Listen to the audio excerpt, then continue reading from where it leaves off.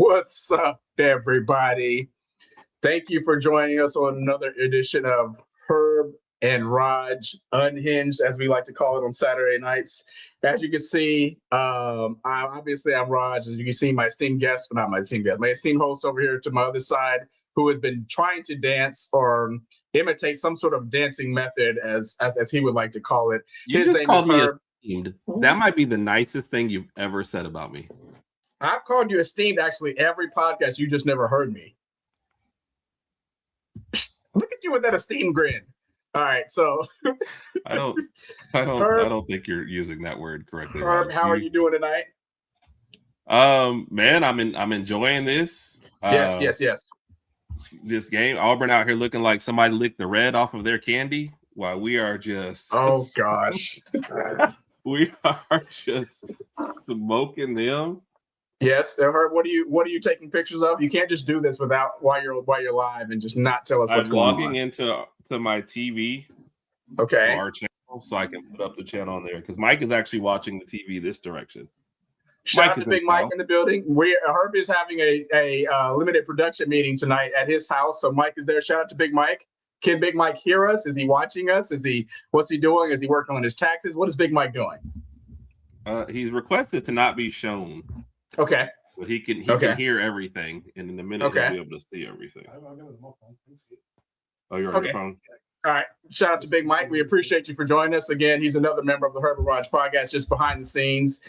Shout out to Big Mike. We appreciate you, brother. Thank you for joining us as always. With that being said, we will get into the game that's in progress right now. Or excuse me, at halftime right now. Has your whole body. Are you good? Okay. Herb's talking to Mike himself. said he's chilling. Okay. Mike is chilling. There's Big Mike. There we go. Look at the gun. Show me the guns. Herb told me that Mike got another tattoo. What is the tattoo of Mike? No?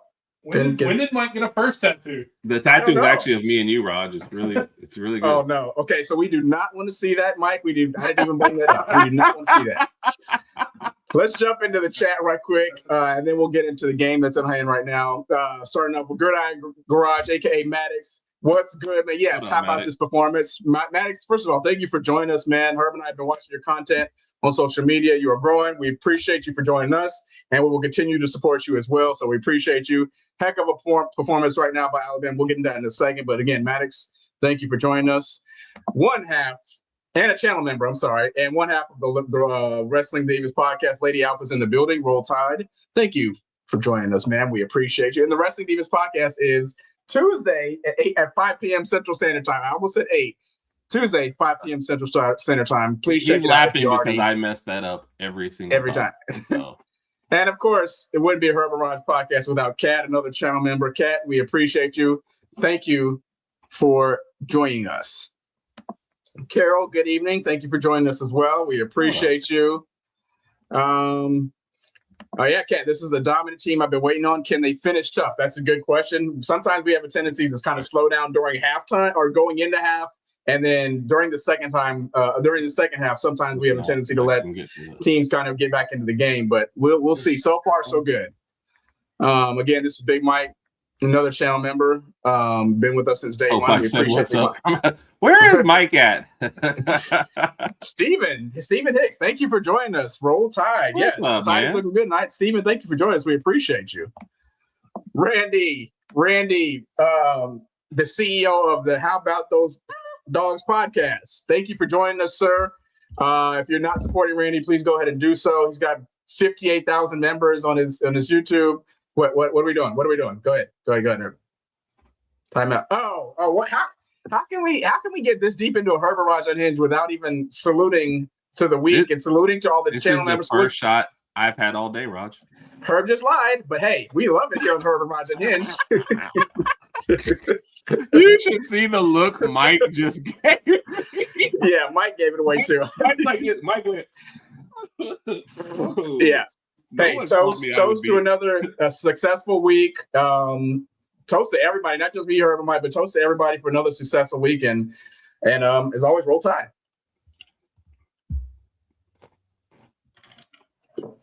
All right. Again, Randy, thank you for joining us. We appreciate you, sir.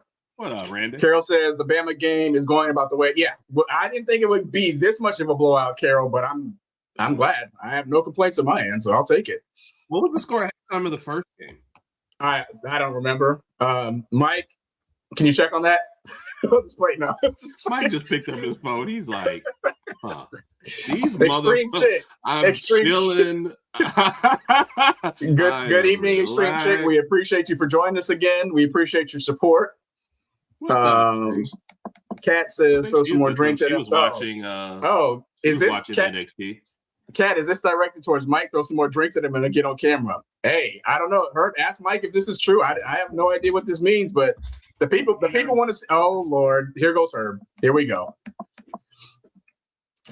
Nick Beasley, thank you for joining us, sir. Yes, Nick, Mike and Herb. It is a production meeting, so Mike and Herb are both staying hydrated. Me as well. I have no idea how long they've been hydrating, but they're here, so it is all good. Hold on one second. That's what I love about the Saturday show is I can be as unprofessional as possible. Like I just get up and walk away. You can do whatever you want. Herb just walked away. That's very unprofessional, but I'm used to it. It's been his brother forever, so it is what it is. Steven, what's the score? 50-31. Oh, we just did one, but hey, why not? It's HerbnRodg Unhinged. First one to fall asleep. This is for Big Mike, though. Shout out to Big Mike. Cheers. Roll Tide. Roll Tide. There we go. Yeah, Steven scores 50-31 at half. Yeah. Bylon hit a 3 at almost the buzzer to get us up to 19. Slight NFL news. Yes, Max Crosby did get traded to Baltimore. Gotta be thinking about retirement. I don't know if Joe Barber's thinking about retirement, but obviously that's a joke. But yeah, Max Crosby is now in Baltimore, and I can't say he's not happy. I mean, hey, got out of Vegas. We actually did kind of mention how long would Joe Burrow hang out. So that's I don't know if you want to do an NFL segment later, we can talk a little more about it. We'll jump into that. Yeah. Don Hancock, thank you for joining us, sir. We appreciate you. Hancock. Yes, Auburn looks discombobulated, and I'm glad they look discombobulated. I hope they could say that entire way throughout the second half, and we can go ahead and finish this game off strong and then jump into the SEC tournament. Auburn looks like their cornbread ain't done in the middle. I got to get back on X right quick and find mine. Kat, thank you for the compliment. Oh, Lady Alpha says she's already a little tipsy. I think, if I recall, Lady Alpha's on the moonshine flow. Yes. Not sure what flavor, or not sure if it's the one straight from the mountains. I would never do. Herb's done one from the mountains, and I have as well. And I told Herb already I'll pass on that. If Herb ever has it at his house, I will probably just get my bags and stay at the local hotel. Or we have pass on that stuff. I'm passing on that stuff. No. Jay Bake, the man, the myth, the legend. Jay Bake is in the building. Jay Bake, how you feeling about this first half, man? Adam Watson, yes, thank you for joining us as well. So painful watching Noah Williamson play. Herb, you look at Herb. Herb and I have discussed Noah Williamson several times. Sorry. Hey man, the season's gonna be over within the next month, so we'll see if we can kind of bounce back and get some do a deep dive regarding big man. But I hope they're athletic big man that don't need to be well coached, right? All right. So anybody wants to know what Rodg is referring to? We had a debate on Wednesday. When you miss on a transfer like Williamson and Bolt, who do you blame? The coach or the player? Rodg went with the player. I went with the coach. Yeah, because Rodg got to pick first, and I just picked the opposite side. Rodg thinks our Wednesday night debates are rigged for whatever reason. And I let him pick whatever side he wants. So Rodg picked that side, and that's what we went with. But yeah, Williamson, we've talked a lot about it, so it's not been good. I got to send our show to somebody now. So is Noah Williamson as worthless as a gum with a boot on the heel? On. Hey, hold on, Rodg. Hold on. Yeah, what happened? Breaking news. So to answer your question from earlier, in the first game, Auburn actually led at halftime 41-37. Oh wow. Okay. Interesting. Thank you, Mike, for picking that out. We appreciate that, sir. This news brought to you by the Running Wrestling Podcast. Check us out on Thursday nights. Yes, we will. At what time, Mike? Everybody turns in. 5:30 on Twitch for the behind the scenes party, and then 6:00 is the regular show. Let's see, we go. Again, Roll Tide. Randy said he's been pretty busy today. Had a chance to partake. Been working all day, working right now. Well, Randy works 24/7, man. He's working, editing, filming, out in the field, doing whatever it takes. Hey, you got to have the passion. You got to have the grind, and you got to have the energy to do so. And Randy displays that all the time. We appreciate Randy's support, and we will continue to support Randy. Yes, Kat, thank you for doing that. Welcome to all the new people, and please hit the like button, hit the subscribe button. Kat, thank you for doing this. You always do this on all of our shows. We appreciate you for continuing to push us. But yeah, Herb and I have our goal. We're getting really quick to our next goal, and then obviously we're going to keep moving forward. Spring practice starts Monday, March the 9th, this Monday. Then obviously A-Day's right around the corner. And just like I said, it's like 26 Saturdays till football. How did I know that? Because it's all over social media. Yes. So with when that we being hit said, 900, I'll take my shirt off. And then when we hit 1,000, I'll put the shirt back on. So come on, guys. So you're going to leave your shirt off every episode for – oh, my gosh. I hope we get 1,000 quick. Maddox has been hydrating since 7. Okay, 7 a.m. or 7 p.m., man. I don't know. If you're saying 7 a.m., then you got us beat, bro. Hey, that's something else. All right, TJ. Did you already did TJ, Nick thank you. start drinking at 10 a.m.? No, Nick. I don't start until 11. Oh, I saw that. Saturdays. I saw that, but yes. I passed. So, okay. I don't start until 11 on Saturdays. We appreciate you, TJ. What up, TJ? Extreme Chick says, drink one for me. So you know what that means. What? Because honestly, we weren't going to take it. We weren't going to do anything else. But since Extreme Chick. Done. No, Herb, is Mike ready? Is Mike ready? I think Mike's done because he has to drive home still. So we'll ask him, Mike, are you in for another? I'm good. He said he's good. Wow, Mike. He has had none before you guys got on air, though. You know what? I'll do another one for it. No, Mike, we don't want you to feel pressure. There you go. You going to get? Hold on. Mike's going to get the. Are you going to get it? You're going to get it. So Mike's trying to get up off the couch. So where you guys saw Mike sitting is where I have been sitting on this couch for 4 or 5 years. Like when the nieces would come to the house, they'd be like, "I want Herb's spot." So our couch is like fluffy, sunk in on the spot that I always said. So Mike is a good, 5 feet below sea level, I guess. And when Herb, I've been there, and when Herb is lying on that couch, he's about as worthless as a gum on a boot heel.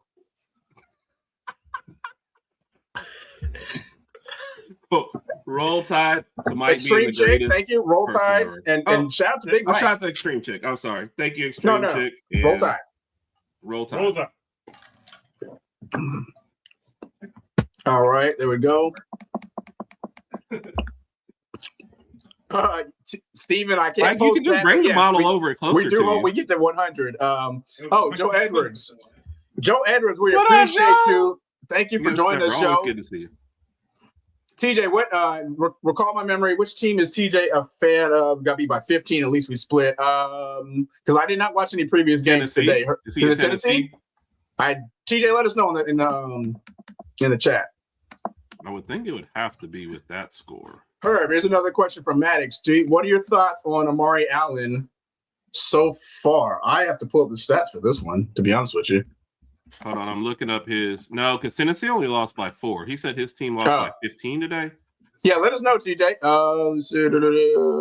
Yeah, well, if he said today it's not an SEC team, nobody lost by 15 today. Maddox, I'm kind of looking up the stats. Oh, is he Mike said North Carolina, Rodg. Oh yeah, because Duke put a whooping on him, and their best players out too. He's out for the season, so yeah, he's out for the season. So that was it. So Amari Allen has 6 points, 3 rebounds. Quiet night right now from Amari Allen, but again, we got a pretty good lead, so nothing bothering me. I think Amari Allen's play is probably going to get ramped up. His performance and production in the tournament, if he wants to kind of, and Herb and I have discussed it, if he wants to kind of push himself into the draft for the NBA draft, but right now, 6 points, 3 rebounds. I'm okay with it. Yeah. Also, though, as far as Amari Allen goes, his last 2 games, what did they? 2? I think he had 5 points combined in the last 2 games before this. Oh, so Lord. he is an interesting case study. Yeah. I asked Rodg because we were planning an Amari Allen video. When does Rodg want the video done?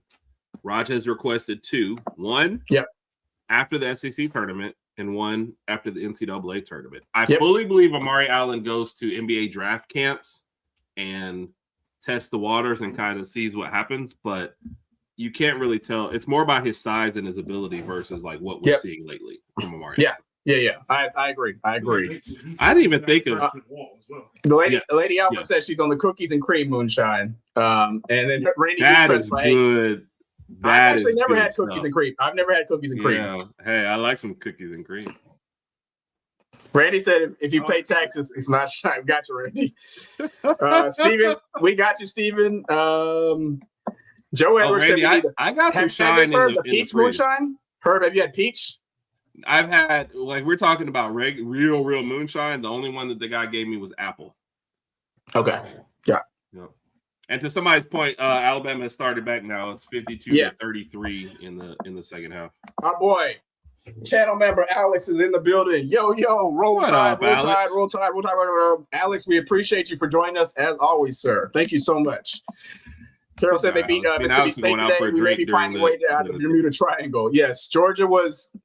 I did not check the latest bracketology. I'm assuming Georgia's 9th, 10th, if I had to guess. But I have to double check that. So we'll check that out. I can get it. No, I was on all right, Mike is going to end up in the dungeon for the night. Herb will make sure Mike doesn't. Because right now, Herb is making sure Mike is drinking some water and some Powerade. Right, Herb? Mike has water over there. Now, if it gets used or not, that's not my fault. Oh, okay. Herb Mike finishes. Do you want another water?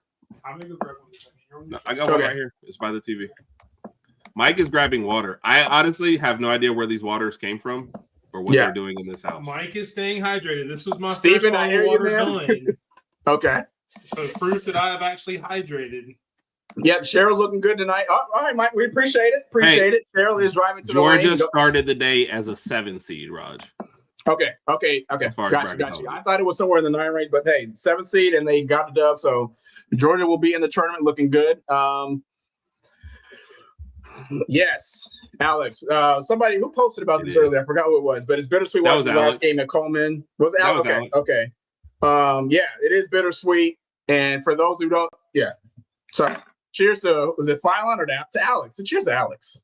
Cheers to Alex. Cheers to Alex. There's a 99.9% chance that Phylon enters the draft, to Alex's point. So I don't think he's going to be coming back. He improved his draft stock enough and showed enough of an outside shot. Especially in that Tennessee game. Yep. Yeah. Agreed. So Carol says, Herb, what were you getting ready to say? Carol says they're 8th in the SEC. 8th in the SEC, Carol. I'm saying number 7 as far as the NCAA tournament. NCAA, yes. They had, bracketology entering today. So, 8 as far as the SEC means they made their way into the single bye, not the double bye. So, congrats to them. Yeah. Nick, I have not been keeping up with baseball this year, and I normally don't. So I'm assuming by this comment, LSU's baseball is off to a really, really bad start. Other than that, I think we're caught up in the comments. Again, I guess the cookies and cream moonshine, to Herb's point, to Lady Alpha's point, this is something that I'll have to partake in. Cookies and cream is okay. Now, do you mix it or you just drink it straight up with cookies and cream, Herb? Hey, cookies and cream, you don't need nothing else. You just need the cookies and cream. I keep forgetting. How can I forget this is unhinged? Hey, Herb, wait. So here's the Wednesday night answer. Yeah. Oh, no, I've had cookies and cream. That's some really good stuff. If you can find that in a shot, you can just drink it straight. Saturday night answer. Hey, girl, let you get her cookies and cream. You get that cookies and cream straight up. Hey, but if she wants to mix it, I mean, if that's your thing, you can mix it too. Do what you gotta do. Do what you gotta do. I like Herb's Saturday night slang just turned over. He went from corporate to just kind of 70s jive. His voice went up 4 octaves. Hey, girl. JT, the man, the myth, the legend, the CEO of Roll Tide Nation. If you do not know who JT is, you have not been on Bama Nation or any type of Bama social media for the past few years. He's all over TikTok, YouTube. Again, Roll Tide Nation is huge. They have shows on Bama Blueprint is Friday night, 6 p.m. Central Standard Time. Then the flagship show on Sunday night at 6 p.m. Central Standard Time, Talking Bama. Excuse me. If you're not supporting or if you're not subscribed to Roll Tide Nation, please stop what you're doing right now and go ahead and do that. JT, we appreciate you for joining us, sir. I haven't got that from, but okay. Okay. Yeah, again, man, we appreciate the support your way. And And after this one, I still got to get my videos there. I got to get my stuff down, man. It's been a long week on my end, just kind of. I got other things going on, but we'll get into all that eventually. But I got it. Oh, here's the Amari Allen. Okay, I just got it. Remember Herb? For those who don't know, Herb's TV is much faster than everybody else's because apparently he pays his bill a year in advance. Go ahead, Herb. Mike actually got to see it so we had it on 2 different TVs here, and Mike actually got to see a 6 to 12 second delay just between TVs in the same room. It's crazy. Oh, wow. If you have it on the big TV, it's behind if you have it on the multi-view. It's just really weird. Mike is actually over there watching it on the multi-view rather than me do you want me to put it back on the big TV or you just want to watch the multi-view? Yeah, see? Because nobody wants to be behind. So yeah, I feel you. That makes sense.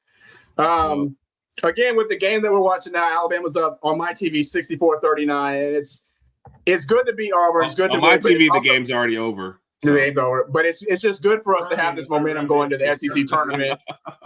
We got the double bye, so Alabama's playing really, really good basketball the past few weeks, and I like what I'm seeing. Oh, Cheryl with a nice block that Herb already saw an hour ago. We're going to be the number 2 seed. Yes, we keep this lead. We're the number 2 seed. We won't play until Friday night. And I love it. I think Friday night, 7:30, and then if we win that game, it would be Saturday at 3:30. I think. If we win Saturday, okay. So, all right. Well, we'll be tuning into that. But I think we're caught up in the comments as of right now. It does. It's getting out of hand, and we love it. We absolutely love it, Carol. Oh, what? Gosh. Hey, you got caught up in the comments. That's an accomplishment. So Roll Tide Nation. So how about the shout out to Roll Tide Nation? Shout out to Roll Tide Nation. I got a question for you, Rod. Hold on. Shout out to Roll Tide Nation. Shout out to Damo. Shout out to Hunter. Everybody, I think that's it, right? As of right now. But that thing will continue to grow, and we will continue to support it. You don't know Corey yet. Corey Bama, yeah. Sorry about that. Shout out to Corey Bama too. But Roll Tide Nation will continue to grow. And again, if you're supporting the HerbnRodg podcast, please jump over to Roll Tide Nation. Support them on YouTube, TikTok, Instagram, whatever it is, NJT and everybody else's socials. Go ahead, Herb. We're caught up. Go ahead. Do what you got to do. So coordinators, Rodg, offensive coordinator, person you like the best, the most innovative, like your favorite, right? Okay. Defensive coordinator, person you're just like, I just want you to stop other people from having fun, right? Okay. Special teams coordinator, the person you don't trust at all, you just sit them over in the corner. Right. Don't let them touch anything, just to hang out with the punter and kicker, right? Yeah. All right, so JT, Damo, Hunter, Roll Tide Nation. That's the question for you. JT is going to be my offensive coordinator. Damo is going to be defensive coordinator. Damo played high school football, so he's got that football mindset in him. And Hunter, we're cool, but you got to be the special teams right now. So, and I feel like if y'all ask Hunter this, they would give me the special teams because 2 people already gave me special teams. I know what it's like to be a special teams guy. But, hey, it is what it is. Yeah. You know, if I'm that was too quick. You gave that like you didn't even have because to when you start because you asked me the question when I gave a shout out to Roll Tide Nation. So when you asked that, the timing kind of let me know where it was going. So I knew it was coming. And you know, Herb, if I'm offensive coordinator, you know what play we're running about 85% of the time. Oh, flea flicker, baby. Hey, it's first and goal from the 1. Flea flicker. Like I said, if y'all don't want me as a coordinator, y'all can let me go, fire me. Just give me my money. I want my monies. I got to get paid. Then I'll go work at Auburn. Wow. No, you wouldn't. I'm just playing. No, I wouldn't. How much would they have to pay you to go work at Auburn? I don't know. I just couldn't wear that paraphernalia and just be in that city. I couldn't do it, man. I couldn't do it. That would be so strange. I'd be walking around like we're losing all the time, and y'all are used to this. Like, how does that happen? I don't understand that mentality. Yeah. Herb with another fake laugh. I appreciate that, Herb. Hey, go ahead. I'm sorry. No, you got it. You good. What's up? I was about to say, shout out to the fake laughs in the world. No, I'm just lying.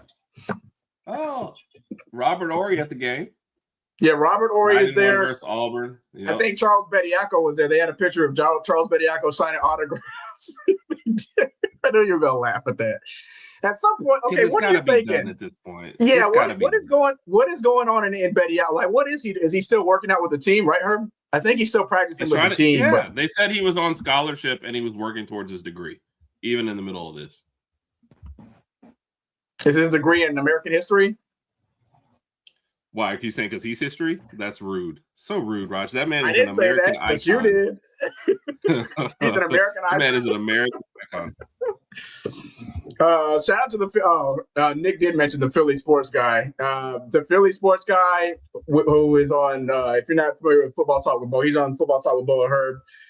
He's pretty popular though. He's got I didn't realize his social media following was as big as it is. It's absolutely huge. So he's not awesome. Okay, and Herb is clarifying everything that I'm saying or something else, but do what you got to do. I don't know how anybody can watch somebody talk for 25 minutes and then think that they're awesome. So I just checking in right quick. How's Big Mike doing? Big Mike doing all right? He's standing, so he's good. So apparently, I have not given him enough shots. Okay. So, maybe I'm not doing my. Mike, you want another shot? I'm good. He keeps saying he's good, Rodg. I don't know what to do. Okay, well, let's all right. 64-39, still in the second half. To be fair, if I sit back down on the couch, I may not get back up. So that's why Mike is standing. I don't know if that's good or bad. The couch is very comfortable, but it's very hard to get up. Gotcha. All right.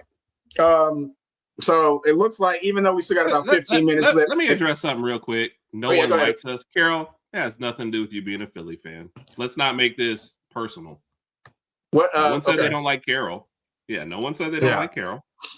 Is she talking about the Eagles? Well, she's trying to group her and Philly as the same thing. And we're like, hey, we don't like Philly. And she's like, I'm taking no, it's not. It has nothing to do with Philly fans. It has nothing to do with Carol. So don't post, hey, no one likes us, because everyone loves Carol. Everybody loves Carol. Yeah. So we're gonna do a shot to Carol now. Thanks a lot. Shot. You were gonna do a shot anyway to somebody else. I mean, all I needed was an excuse. Mike? Good. Hey, chat, should Mike do another shot with us? See, you don't start with that. Heard's all a you good gotta do is one. type Don Mike. Hancock. It's a good one from Don Hancock. And everybody in the chat jump in, confirm or deny. I know my answer. LSU will be the last SEC. I didn't see that the first time SEC team he coaches. Okay, that's a good one. When I first read it, go ahead, Herb. Confirm.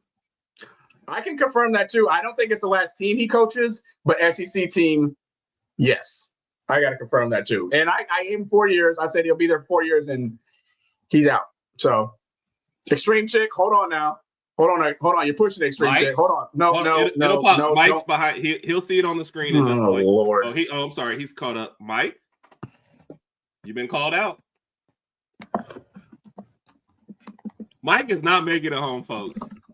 All right, so go back to Don's. Yes, I do think either he does great at LSU and they are happy with it, or he crashes and burns and all the SEC teams stay away. Yep. But that was the only two choices. So agreed. I think he crashes and burns. He'll be there for 4 years and he's gone. So okay.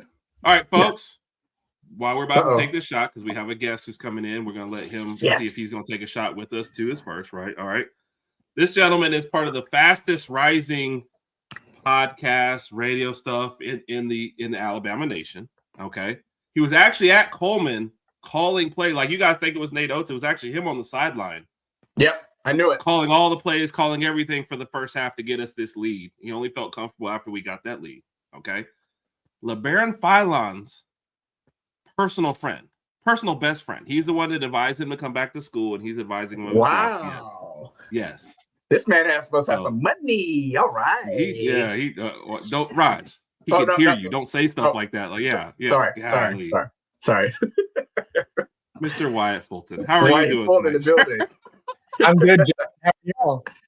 We're doing fantastic, man.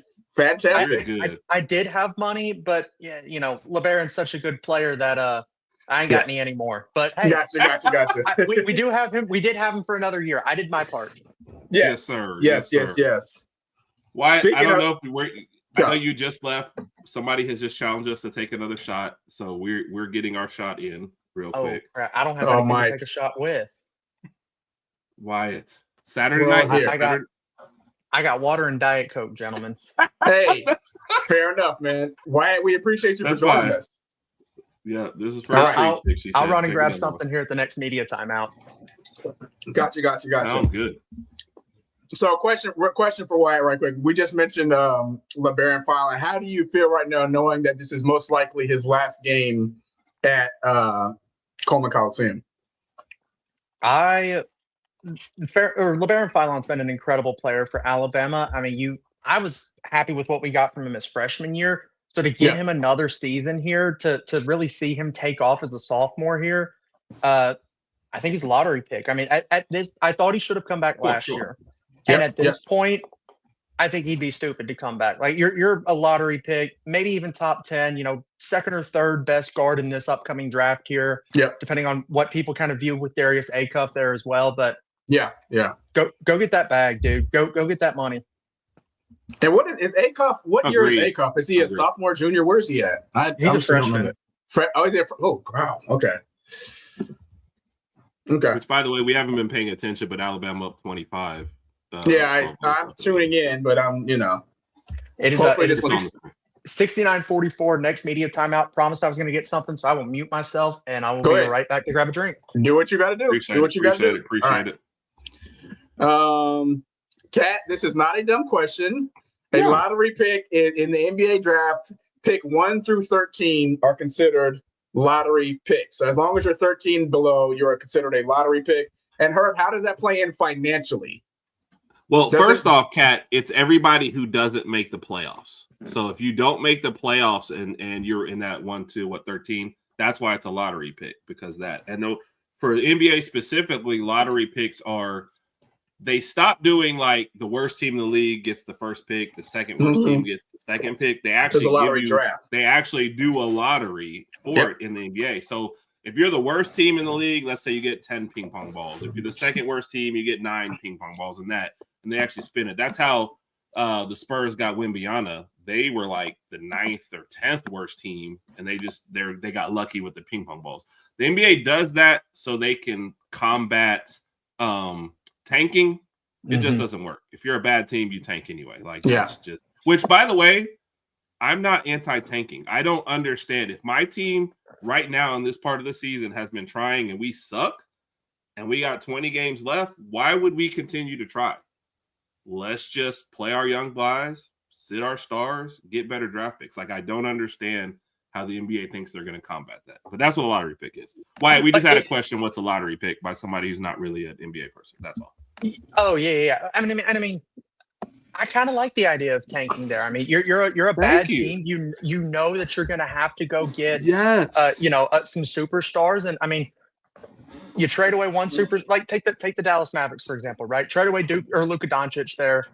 And now you know you're not going to be a good team, so you tank and you end up getting a guy like Cooper Flagg. The Spurs ended up getting Wembanyama. Somebody's going to get a great player in AJ Debance, who's the BYU kid who was down to BYU in Alabama. It was revealed later that he had signed with BYU like months before his commitment date.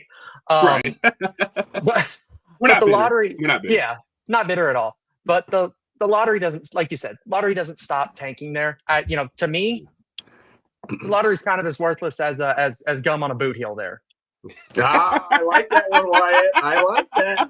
It doesn't stop anything. I like it. So, and Nick said this because there's so much spinning on ticks by fans. Here's the thing: if you're a fan of a team, right, and your Dallas Mavericks are actually an example from what they did the year before they win the championship, right? They've got 2 games left in the season. Okay, if they win one, they get into the play-in game, right? But they lose their draft pick because of whatever that. They tank the last 2 games. They miss. I think they got Lively in that draft, a center that they needed, and the next year they won the championship. So, Nick, the reason why you do stuff like this is you're thinking of your long-term health versus your short-term. And I know nobody wants to hear because college, it doesn't really translate. Yeah. But if somebody said, hey, last 2 games of the year, we could lose those 2 games. Alabama football team could. But we'll get the number 1 player in the country will come to our team. Yeah. It's a long-term versus short-term thing. I know fans, when you buy a ticket, you want to see them win. But if I said, hey, we're going to lose a couple now so we can win some next year, that's what tanking is. So, but Wyatt just got his drink, Raj. So Cheers to Wyatt. Excuses to take a shot. Cheers, Wyatt. Again, we appreciate you. Mike, are you done? Mike said he's done. Mike's done. Mike gave the Cheers. Wyatt can take my spot. Wyatt's taking his spot. He said. I can do that. Let me get caught up in the chat. Hunter is joining us now. Hunter, sorry, we're a little late. Yes, have I seen the dunk yet? I'm assuming he's talking about the Amari Allen alley-oop. I'm assuming that's what he was talking about. Yes, I caught up. Hunter, thank you for joining us, another channel member. We appreciate you. Let me see the name. Brittany Ragsdale's in the building. Y'all are doing a great job. Thank you. This is my wife. They go through this. Thank you, Brittany. We appreciate you. Hope I pronounced your name right. Look, my wife and my mom, when I'm doing the show on 100.9 over here in Tuscaloosa, we have an app that you can send app messages and ask questions or just, say, hey, great job, or y'all suck, or whatever. My wife and my mom will just flood the app messages with, oh my God, this is the best show ever. Y'all are doing an incredible job. So I get it, man.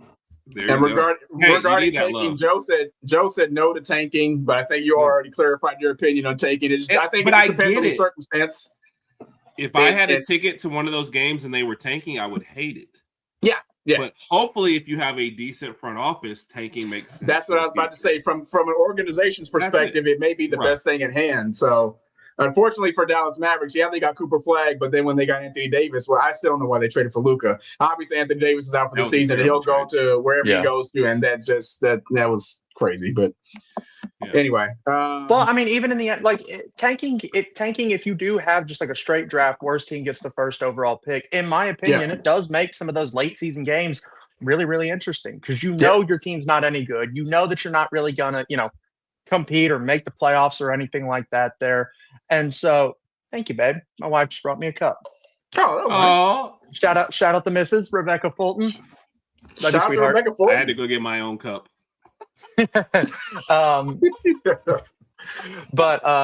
Sorry. So I mean, it makes those last couple of games interesting though, because a lot of fans do actively root for their team to lose that final game so that way they can go get a much better draft pick there. I remember when I remember when the Panthers were, not doing too hot there and they ended up trying to get trading for Bryce Young. Their fans actively wanted them to lose those last couple of games so they wouldn't have to lose draft capital, and they still go get a player like Bryce Young. Panthers end up kind of going on a run at the end of the season, and they end up with Bryce anyways, but they had 2 less first-round picks that could have helped him out. Yeah. And then in that same case, I think Houston won their last game of the year to knock them from number 1 to number 2 and get their coach fired. So there's a lot to it. And I know you're getting to it in a minute, Rodg, but in the NBA, it doesn't guarantee you a top pick, but it still gets you some ping pong balls. So there's still no choice. It's just easier to tank than go for that number 10 spot. Mike, this one is actually even a couple seconds. Joe said the NBA is trying to stop that tanking. I think the NBA has already been put a halt to tanking by doing the lottery draft. So that's their way of curbing around it. And to Herb's point again, that's how the Spurs got Wembanyama a few years ago. And if you look at the Spurs now, I forgot who it was that asked me yesterday, but they're asking me who was going to make it out of the West to the NBA Finals. I picked OKC originally, but I was like, I can see San Antonio getting that close. Maybe if it's not the finals, at least the Western Conference Finals. They have, San Antonio beat OKC like 3 times this year. They've got a good young team, Castle, Wembanyama, all those guys. I didn't think they were going to bounce back this quickly, but San Antonio's right up there by getting Wembanyama, and they have a really, really bright future. So, me being a LeBron fan, I don't think the Lakers are going to win the championship this year, but which team is he on again? I always forget. Which one is LeBron? Yeah, I got you. I'm a Heat fan, so we've just been stuck in the play-in tournament for the last ever since it started existing. So, from what I understand with the Heat, they don't want to rebuild. Nope. But they don't have the assets really to go get that guy to get them over the hump. So they're gonna be stuck in that. They're stuck in purgatory. Yeah, and I think that's the Pat Riley ego at play there, because you either need to tear you in the NBA, in most sports, but especially in the NBA, you either need to be one of the best or terrible. Yeah, that middle ground is, like you just said, purgatory. That middle ground, it's always been 4 teams really that's been playing in that play, and it's been the Heat, the Hawks, and the Bulls that have seemingly been in the play-in every year since it started. Yeah. That's Pat Riley's, ego, kind of that, we're not going to be terrible. We feel like we can contend because we are making the playoffs. We're winning play-in tournaments. And when they had Jimmy Butler, who loved Jimmy when he was in Miami there, when they had Jimmy, he was a phenomenal player. And the Heat made Did you like finals. Jimmy until you didn't like Jimmy? I actually didn't. When Jimmy's ready to go, Jimmy is ready to go. I didn't hate Jimmy even when, he was starting to get combative with the front office there because he was right. Like, he was aging. He wanted, some good superstars to actually go and compete for a title. And the Heat are always, we're going to hold our assets. We feel like the guys we have are good enough. And so I didn't like how messy it got, but hey, yeah, for sure. I respect Jimmy for actually calling out Pat Riley and Eric Spoelstra in that front office there, rather than just say, all right, we'll try our best and see what happens from here. Yeah. Gotcha. Did y'all think we would be paying no attention to the basketball game when this? No, I still am, because Auburn went on a nice little run there. They were like an 8-0 run. We're up like on my screen 71-55, but Cheryl's at the free throw line. I don't know if he's already made the free throws or not. 72-55. 72-55. We still got a good lead. I just want us to close out the game strong and get the win. And then again, with this win, we rest. We don't play again for another 6 days. Next Friday, I don't know if it's afternoon, night, whatever. So we don't play again. 30, I think, on Friday, right? Assuming Bama wins this game, which they're up by almost 20, I would like to think they will. Bama will play at 6:00 Central on Friday evening. Okay, so next Friday night. So that's a good 6 days of rest. Get our guys rest. One guy that I know is pretty much out for the season, we won't see more, was Caden Bristow. The few games that he did play, I loved his energy. I loved his rebounding, loved his defense, loved everything about him. But again, he's out pretty much for the season. And there's a couple of guys, never got to see Hannah play. And then Collins, and I mispronounced his last name, but Collins, the big man, we haven't really seen him play much all year. Hopefully, we get to see something out of these guys next year if they all stay. But with the team that we have right now, I think we can make a nice run. In March Madness. My prediction right now is Sweet 16. I think that's our peak right now. Again, it depends on how the bracket falls and which teams, we have to play. My fear is always us being outsized like we did when we played Duke last year, and then just getting manhandled that way. So again, we'll see what happens when the brackets come out. Wyatt, what is your prediction right now without even the SEC conference tournament starting yet?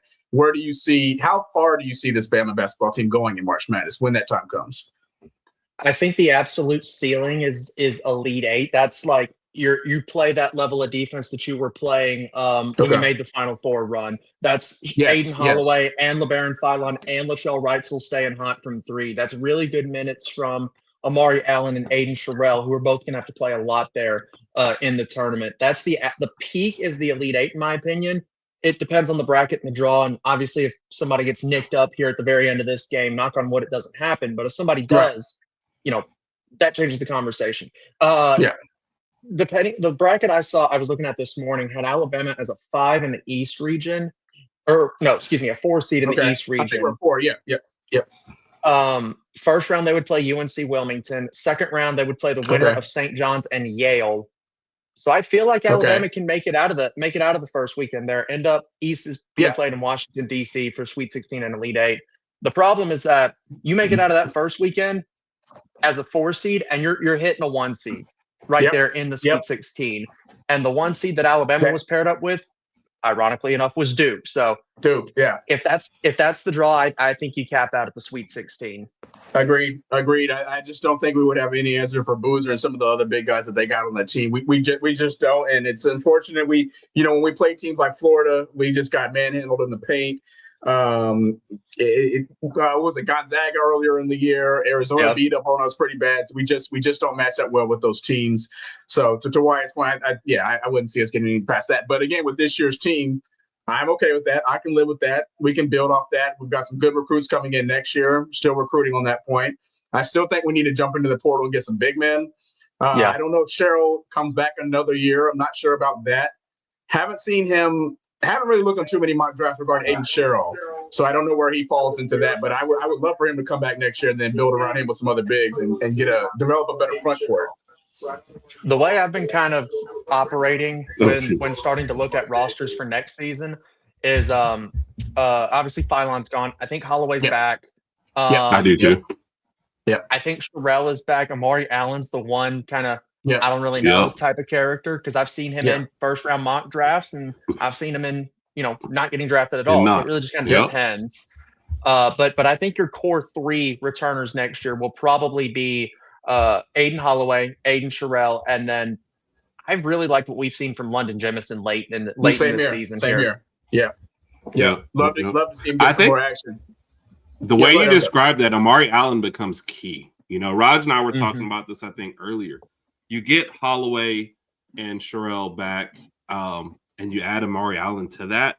Like, that's a nice core to start for next year with whatever else is around it, And it's basketball. We don't need 10 people to come back. If you can start with 3, that's pretty great. So you bring back 3, and suddenly you've got a pretty talented roster for the next season there.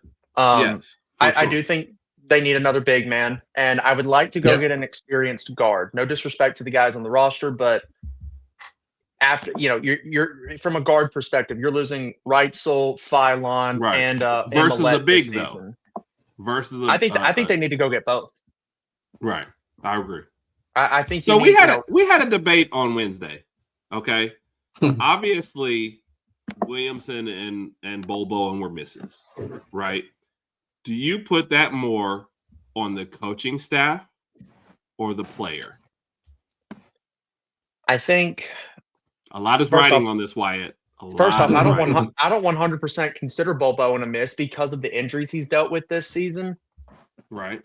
So I think if he comes back and is fully healthy, I think he's actually a really good player for you next year. Right. In year 2 under Oates. But I'd put it more on the evaluation side of things, which is, I would say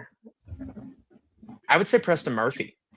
I don't know that I necessarily blame Nate for it, but I think it's more Preston Murphy that I would blame for some of those evaluation misses there. And no, he's been great. Like he's handling a lot of the recruiting as well for Alabama. Can I put this up? Why it's a purely biased question that has no real right answer. It's only personal to Rodg and I because we debated and we each took sides. So don't, there is no right or wrong answer to it. So I do think it's a Preston Murphy thing. He is handling a lot of the recruiting and the evaluations in the portal there. Noah was just a flat out miss. I mean, but keep in mind, Preston Murphy also, scouted and recruited LeBaron Phylon, Aiden Holloway, Amari Allen. I mean, guys that they brought in, even via the recruiting class, were guys that Preston Murphy probably had a pretty big hand in. So sometimes you hit, sometimes you don't. Saban wasn't perfect on the football side of things with his evaluations. Yeah. Oh yeah. I will put it on the evaluations. I will put it on the coaching. Herb wins. Surprisingly, Herb wins. Did you hear that, Rod? Yes, thank you. Why? I love you, man. I love you. It happens. Regarding evaluation, shout out to Wyatt. What about Caleb Holt? Caleb Holt was a 5-star that I think Bama was recruiting hard. I check on him periodically just to see where we land. It seems like Arizona and like Houston are up there in the top, trying to in the mix. Have you heard anything about him lately? Do we still have a chance? I think so. I think Alabama's absolutely got a chance. I would say he's leaning away from Alabama right now, especially now that you look at Alabama's gotten some pretty big commitments as well. I know they got Jackson Richardson the other day, who I was told by a source that's a one and done type athlete there for Alabama from Jackson Richardson. Okay. So you still got a shot. You still got a shot. I think he's leaning away from Alabama, but you got a shot still. And for those that don't know, Caleb Holt's like the number 1 shooting guard in the country, 5-star McDonald's All-American. I think he's the number 1 shooting guard in the country for next season. So we were in the mix, but to Wyatt's point, we'll see what happens. We'll still find our way in there to see what we can do. He's a Huntsville native. Well, how did I forget that, Herb? That's Herb's fault for me not remembering that. Yeah, I'm saying he's a Huntsville native, but he's down playing in Fort Lauderdale right now. I think at Prolific Prep. Prolific Prep. Yeah. Yep. Okay. Hopefully we can get that one in the bag. See. He's a dog. I consider Caleb Holt a Brandon Miller level player. Oh wow. Okay. Okay. Like, and maybe even a little bit better. What?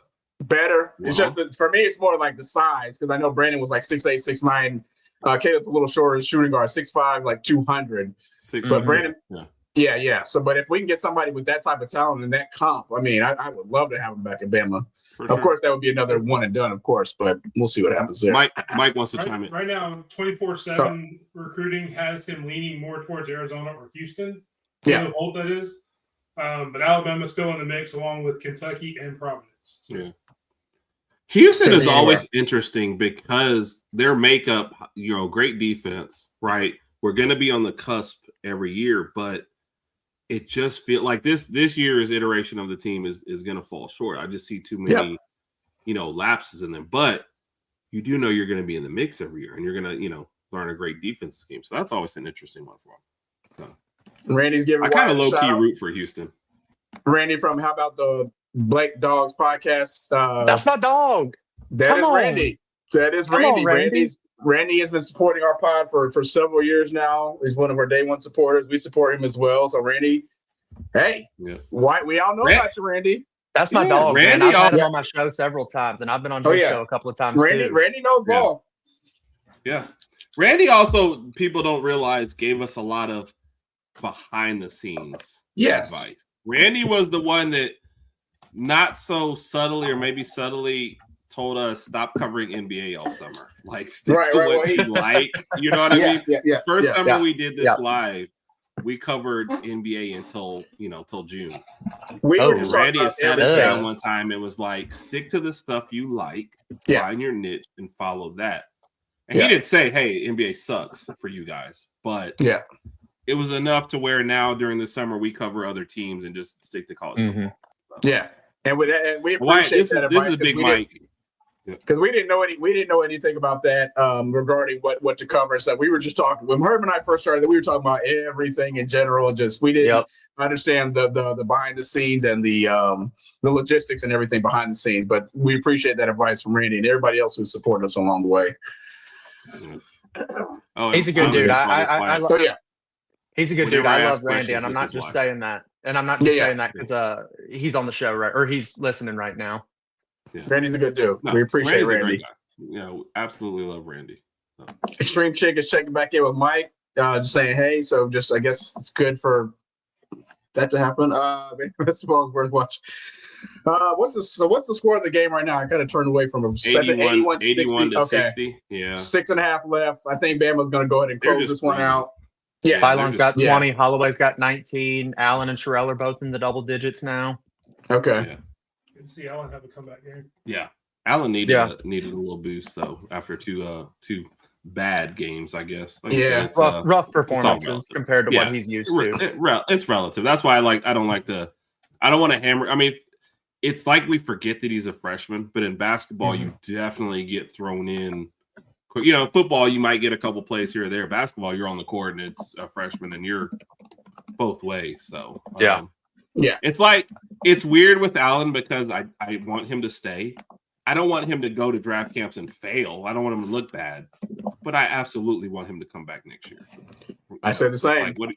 What do you root for? I 100% think he's going to declare for the draft no matter what. After that, it's absolutely. Can you get him to come just back? To see what everybody says. Is it worth right?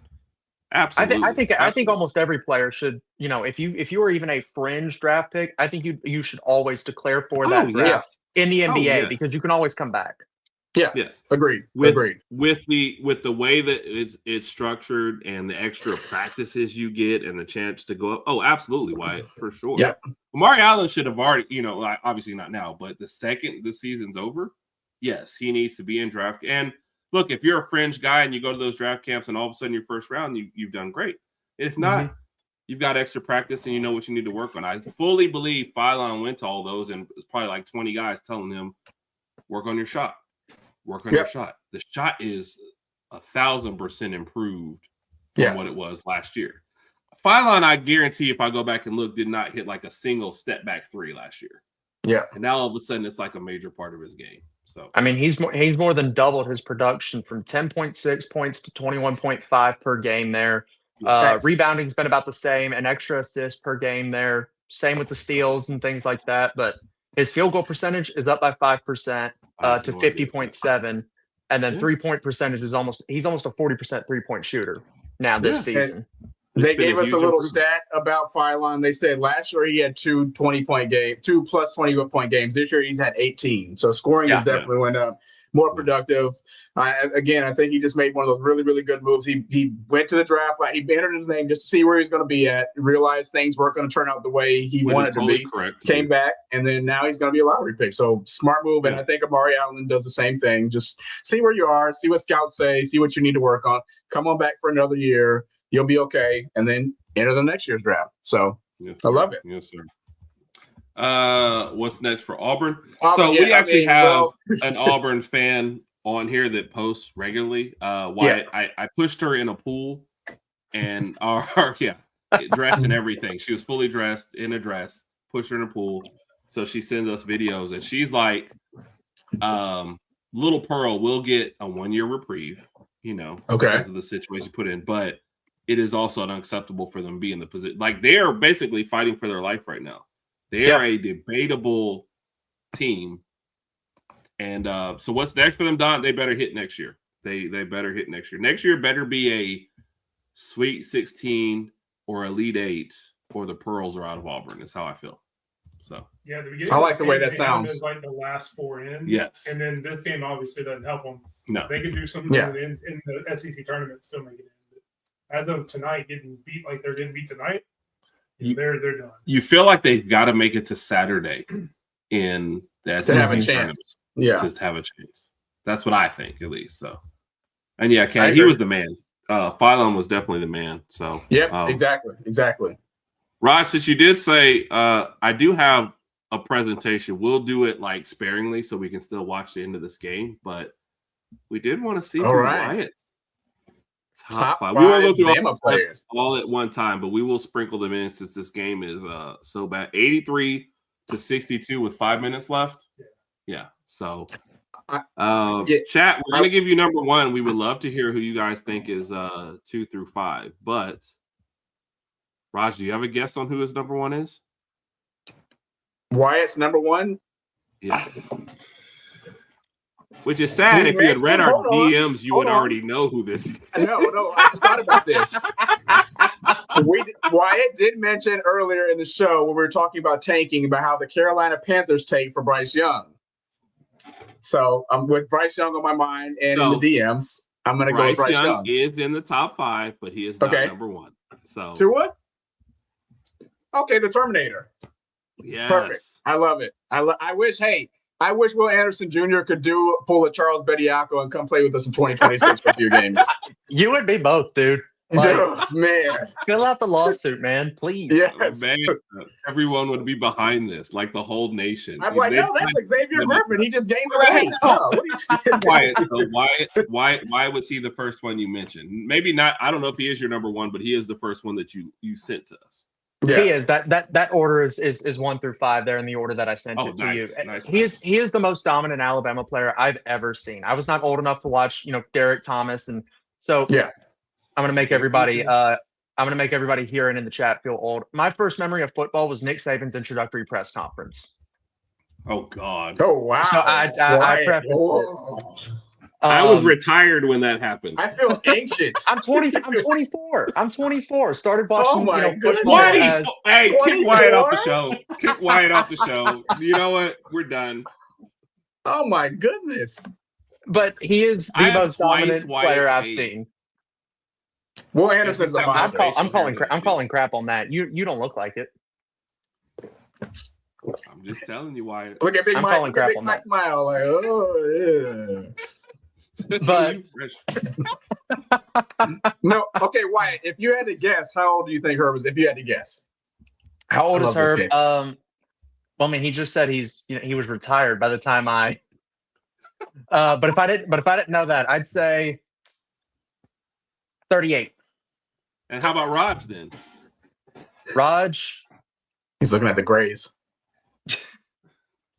See, the problem is my dad was gray by the time he was 35, so I don't really, gray hair doesn't really do it. Rodg has twins too, so that factors into the gray. Oh, that does. Yeah. 40. So Rodg is 40 and Herb's 38. I appreciate that. Okay. Nice. Oh wow. Okay. All right, that is number one. Do we want to look at the game, or do you want to go on to number two? You don't see Will Anderson on number one on a lot of people's lists, but I love that pick. I absolutely love Will Anderson. Absolutely. Definitely miss him, man. He was an absolute monster. On him and Dallas. Oh my gosh, Dallas' last name. Dallas Turner. Yeah. Dallas Turner. Yeah, him and Dallas Turner was something to watch, man. I miss those days.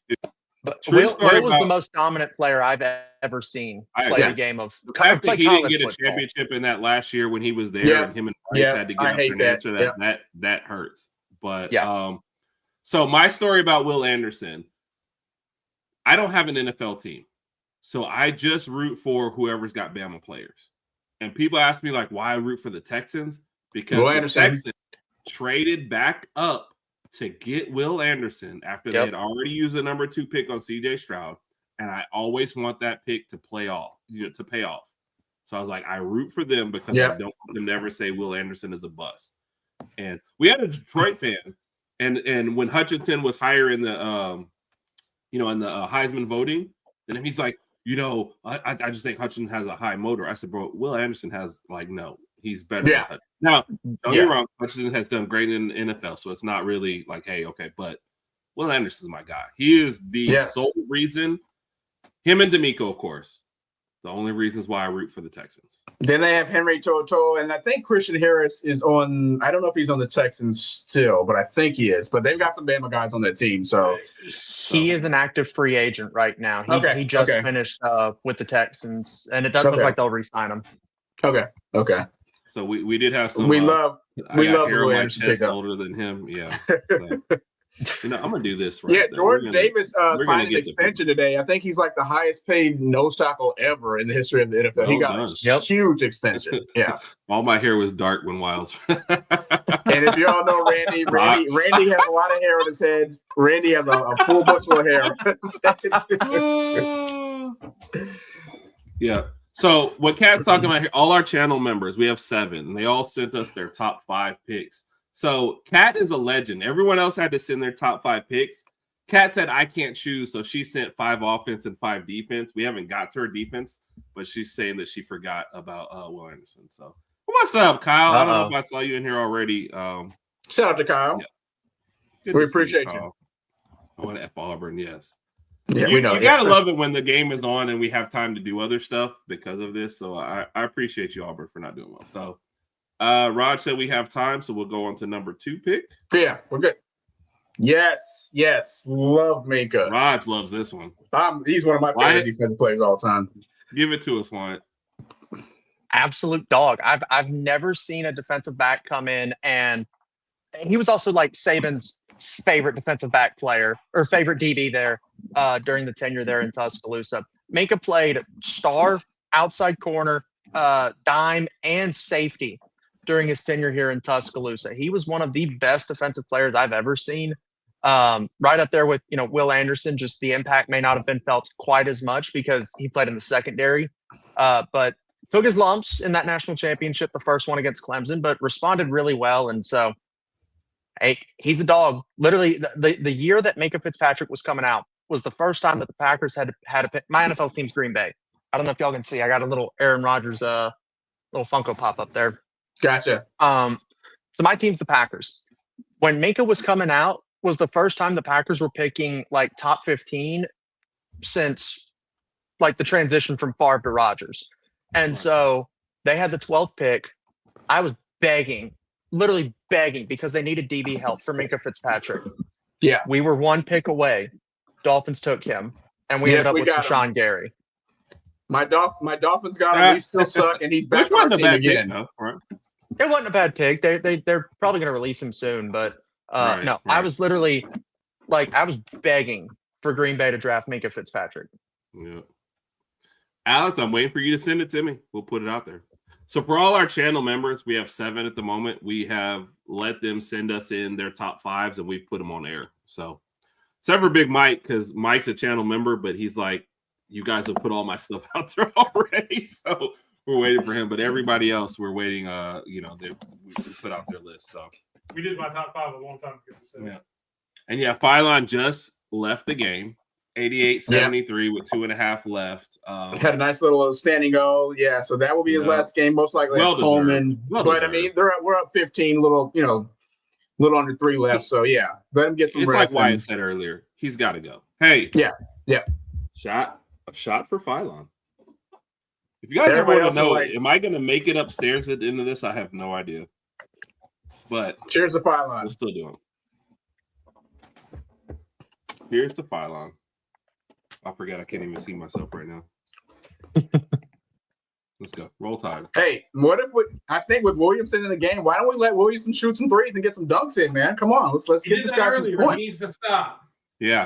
Mike was not happy. He saw Williamson shoot a 3. He goes, "Did Williamson just shoot a 3?" I was like, hey, he shot like 2 or 3 threes in the Mississippi State game, but they were just letting him go. That game didn't care. We were up like 25 anyway, but it's senior night. You're up by 15 with 2 minutes to go. It's fine. Randy had a that was direct to you. Oh, let's go. Yes. Let's freaking I knew I liked Randy. I knew I liked Randy. Beast. Yes, as a Packers fan. So all right. Number 3.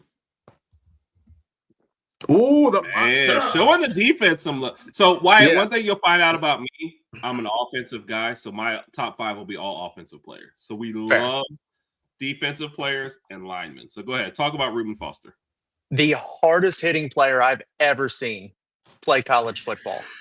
Just an absolute man. No regard for his own safety, no regard for human life. It's just where is the nearest mother effer, and how hard can I hit this dude?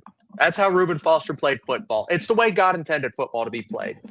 And so I absolutely loved Reuben during his tenure here in Tuscaloosa. Multiple just disgusting hits there. Leonard Fournette, Zeke Elliott, every quarterback that he was able to get his hands on, Deshaun Watson, Brandon Allen, just absolutely nasty there. So yeah, Reuben Foster, one of my favorites. Yes. I still watch Reuben Foster highlights. Here you go. To this day. Yeah. Hey, Williamson just scored an alley-oop. No, he didn't. He just did. Bo Bowen threw it to him too. Bo Bowen to Williamson. No, I don't. I'm gonna see it. Hey man, if we get Williamson back next year, that front court is going to be Okay, let me shut up. Let me stop. Stop it. Sorry, guys. Sorry. Did Wyatt just tell you to stop it? Stop. Oh, I'm happy for the guy, man. I just got here and I'm telling you to stop it. That's not good for you. I'm happy for the guy, man. I'm happy for the guy. Oh, look, even Adam Watson trying to the alley-oop was painful. Oh yeah, see, it happened. Oh my God. All right, Herb, who's number 4? Who's number 4 on the list, Herb?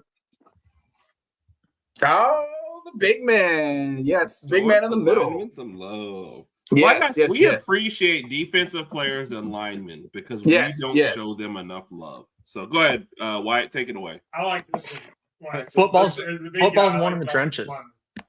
Yep. Football's one in the trenches. I mean, you watch football nowadays, and it's who's got the best quarterback, who's got the most electric wide receiver, who's got the best corner. Look at the national champion and the Super Bowl champion, Seattle Seahawks. Disgusting defensive line made Drake May's life absolutely miserable. The national championship was a close game because Miami had edge rushers like Reuben Bain and Akeem Mesidor, and Indiana had a bunch of dogs on that defensive line that had a chip on their shoulder. And not to mention the offensive lines as well, obviously with Barrett here. So it's cliche, but championships are one in the trenches. You build from the trenches and build out there. Barrett Jones was an all-star player at guard, all-star player at center, multi-time national champion. So competitive that they're beating the absolute crap out of Miami. And he turns around and tells AJ McCarron, "Hey, screw off. I'm making a check. Leave me alone." Yeah. I don't even think it's cliche. I said this all the time. Miami had like 2 skill players that you paid attention to, Tony and then the running back, right? Mark Fletcher. The rest of it was Fletcher. There, I can never remember his. The rest of it was their line and how physical they were. That's where it's won, and. Yes, Hunter. I think the NFL a couple years back started taking notice of this, and now they're trying to pay their linemen. It's one reason why the Bengals always fail. They've decided to pay all their skill players and no linemen. So Joe Burrow dies every game. Yes, exactly. Exactly. So now I got to find this Williamson dunk. All right, Rodg, you should know who number 5 is now. Tua? Are you kidding me? You guessed it earlier. Did you forget what you said already? I've already said Bryce. I know, but he hasn't popped up, so that's why you should know who number 5 is. Yeah, so I do know. Wyatt is the guest.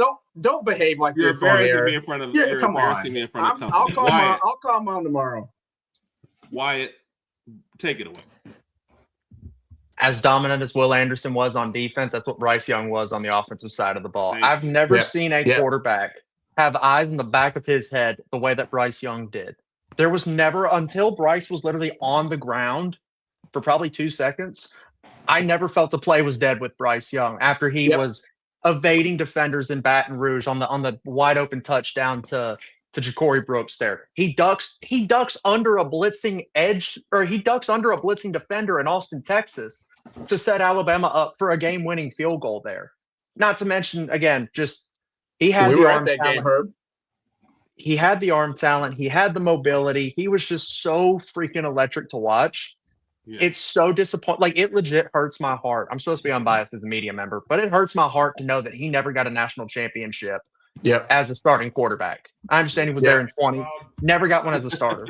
And it hurts my soul that he never got one. He did not have the talent or the coordinators that a lot of other guys had. And he was basically like, look, if Ajayi Hall could catch a pass every once in a while, he might have won the national title. But if Ajayi Hall could have caught one pass, if J-Mo didn't get hurt, we would have won. Well, J-Mo and Mechie but here's the thing: it tells you the lack of talent that he had. That we only had 2 receivers, and Mechie was your second best receiver, and you're talking about a guy who's bouncing around from teams in the NFL already. He did not have I got into an argument with somebody about who was better, Bryce or Mac. And they were like, well, Mac won the championship. I said, that can't be the end-all, be-all because Mac had an embarrassment of riches. Yes. And Bryce was just using whoever they threw out there. Bryce was great. When J-Mo and Mechie went down, Bryce's top 3 receivers, true freshman Ja'Cory Brooks, true freshman Ajayi Hall, who had played in maybe one game the rest of the year, and no disrespect, but Slade Bolden. Yeah. Dog. Like, he wasn't even Richard Mullaney. Like, no. So Cam Latu was the leading receiver in that game. Again, no disrespect to Cam. That's the first year he had ever played tight end. Right. He had a converted edge, and he had 100 receiving yards in the national championship. Yeah. I do think I will never forgive Bill O'Brien and Pete Golding for what they did those couple of seasons in Tuscaloosa. I do think Bill O'Brien prepped Bryce better for the NFL than maybe what, some other OCs that Alabama was pursuing at the time would have, because O'Brien taught him how to make checks, taught him how to, identify what's happening pre-snap. And then Bryce had to feel that pressure for 2 entire seasons it was literally first down was random play. Like, first down was a run, which the run game started to taper a little bit once you had injuries. First down was a run. Second down was an incompletion. Third down, the play call sheet just said, Bryce, figure it out. Did it not? 9 times out of 10. Man, you know what I hate is when people try to defend Bob, they're like, the offense was ranked such and such. I'm like, yeah, because of Bryce. Yeah. Not because. You know what I will always remember? In Tennessee, going down there and throwing 3 passes and then trying to kick a 50-yard field goal versus setting up and you had Gibbs on that team. Like, Bob was not a good. All right, hold on. I'm sorry. We just rewound it so we can go see. No, that was not an alley-oop. That was not an alley-oop. I don't know who called that an alley-oop. The ball was thrown into the hoop and Noah Williamson tapped it in. That was not an alley-oop. That was not an alley-oop. So give that man his credit. No. Bryce Young was a beast, and he made the most out of what he had out there and deserved better. And him and Will Anderson, for sure, deserve better. So I always felt like Bryce made all the right decisions. And that's what I saw about Bryce. Cerebral, he just made all the right decisions. Whenever he ran, I never was in fear of him getting hit because he was always looking around. He said, I can get the 5 or 8 yard, whatever I need, and I'll get out of bounds or I'll slide. He didn't do anything crazy. He wasn't reckless. Accurate, smart, just always did the right thing. Always missed Bryce. Happy that the Panthers made the playoffs too. I was really, really happy to see that this year. Yep. I think everybody's talking about the Carolina game that just went off. Yeah. Carolina got their number one receiver in McMillan, and look what happened. Made the playoffs. Which is funny. So the problem with what Carolina did was they traded their number one wide receiver and a whole bunch of stuff to get Bryce, and they had nothing. And now they get him a number one wide receiver, and the team is better. And they're like, this is better. Like, it's a shock. Yeah. You know what I mean? So I don't get it. But Alabama does finally win. The basketball game is 96-84. So that is your final in that game.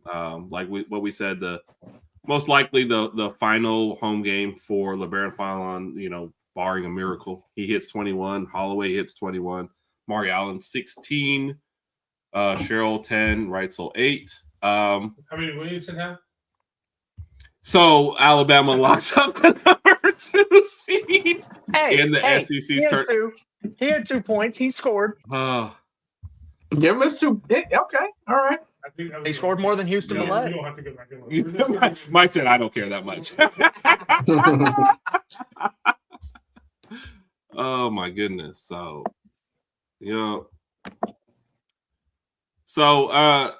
well, I heard you when I had to reset real quick. You and Rodg were talking. I think you guys are on the same page as what Rodg has been on. Elite 8 is like the cap for this team, and Sweet 16 it feels about where we land. Yeah. Yeah, and it'd be nice to make the SEC final, but I don't think you're beating Florida with this team. I think you make the championship on Sunday, assuming you're able to. So as of right now, I don't believe the bracket's fully set. It might be, and I just haven't seen it yet. But as of right now, it seems like you're probably going to be playing Arkansas, assuming you make it through the Friday game. It seems like you're going to be playing Arkansas on Saturday. Yeah. If you can survive that. They actually rested Acuff today to help for the SEC tournament, and they still won. So that gets them the 3 seed. Yeah. Bama's the 2, so they will play at 6:00 Central. Once I see the bracket, like we can figure out, who they'll play and whatnot. Yeah. I think there's a good chance they'll play Missouri again. This is fine. I think if I remember correctly, the way things were playing out here, Missouri will play on Thursday against the winner of whoever's playing Wednesday night. And then Bama plays that winner. I think that winner's going to end up being Missouri. So you'll play Missouri, you'll play Arkansas, and if you can survive Arkansas, then you're probably going to be playing Florida on Sunday. And look competitive against Florida. Don't lose by 30 this time, and we're good. I'm happy. Yeah, I agree. Get ready for the selection show. You're probably heading to Tampa. Yeah. I don't think it hurts you as much losing on Sunday because the committee's already meeting. So I think they take kind of it into account Saturday and they're like, whatever. But Florida's headed for a 1 seed and Alabama what's at a 4. Possibly if you get in the championship game, maybe you move into 3, but you're kind of set where you're set. So I don't think it's that big.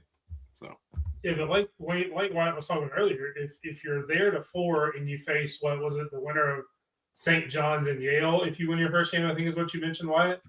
Do you really want to get out of that spot? Because we know we can beat St. John's, and I'm not real scared of Yale. I want to get moved to 3 and possibly have a harder matchup. I mean, that's where you got. I would love those. I would love those matchups. Oh, my personal feeling. I only really fear like kind of the teams in the top 10. I don't think we're better than those, but everyone else, I think we have a chance. And I think if you get a game where you have Holloway, Phylon, Cheryl, and Allen hitting, and then you can get Reitzel hot for 3 games in a row. I think that was directed towards you, Wyatt. Huh? You missed one name. No, I did not miss Williamson. Okay, I did not. Bad. I know what you're about to say. I did not miss Williamson, Rodg. Okay. So no. But sorry, I think you've got 10. Yeah. Why? I do have 2 questions before we go. So do you have any final thoughts on the Alabama team and this win tonight or anything else, and Herb taking another shot and probably not making it up to his room tonight? Good win. I really think, you got out of this game healthy. That was my biggest concern because you were playing Friday night no matter what. Arkansas rested Acuff. Like, are you playing at 6:00 or are you playing at 8:30? I don't think it really matters at that point. Yeah. All that matters is just, if somebody's got to work on a Saturday, they're going to be a little ticked off, but they'll get over it. No offense. Yes, they'll be fine. Yeah, they'll be all right. So staying healthy was my biggest key in this game here. And you got out healthy. You got out with the win. You're going to be playing at 6:00. And so may have not been the prettiest win, but you stayed healthy. That's the biggest key. Stay healthy next week. Or rest up. Phylon's been banged up. Holloway's been banged up. Trelly's been banged up. Millett's not been fully healthy. Amari Allen was dealing with something earlier in the year. And so rest up, get healthy for the SEC tournament, get through the SEC tournament healthy, and then get ready for the big dance. I don't see anybody beating Florida, so I'm not overly concerned Same here. Just be competitive. Don't go lose 177 again, on Sunday if you face Florida. Don't lose like that again, please, because that was bad. Yeah. But it was embarrassing. And then get healthy for the big dance. Maybe you do end up getting, shift regions a little bit, but if you run into a 1 seed, I think the season's over. But again, no matter what happens at this point, the rest of this season, this is the best stretch of Alabama basketball we've ever seen. Sweet 16, Final Four, Elite Eight, another tournament appearance. Like, this is the best stretch of basketball we've ever seen in Alabama men's basketball history. Yeah, I understand everybody gets really frustrated. You're losing to the same type of teams. You're not being able to play with size, but we've never had it better. If you're an Alabama basketball fan, you've never had it better. Wimp Sanderson was phenomenal. The early Nate years were really, really good. But now you've made the second weekend consistently. Now you've made a Final Four. You know that you can get there with recruiting and with good recruiting and with, some good mentalities there. I think Nate is absolutely the right coach. Yep, I agree. Even emotionally, you find yourself watching basketball games almost with the same emotions as you're watching them with football games, especially during March Madness. You're like, oh man, you're standing in front of the TV, your heart's pumping like, hey, we got to win this game, just like you do football games. But back in the day, after football season was over, we're like, when does football season come back? Because you go into basketball season, your team we weren't that great. We had a few years back in the day, but no, I agree with Wyatt's comment there. So yeah, I'm the same way right now. I'm excited about the SEC tournament. Really, really excited about March Madness. I can't wait to fill out my bracket and be wrong about everything, and then everything fall apart after week 1 and just see how it goes. So I lose a Sweet 16. I lose a Final Four team like every first weekend. It's just my bracket's terrible. I'm gonna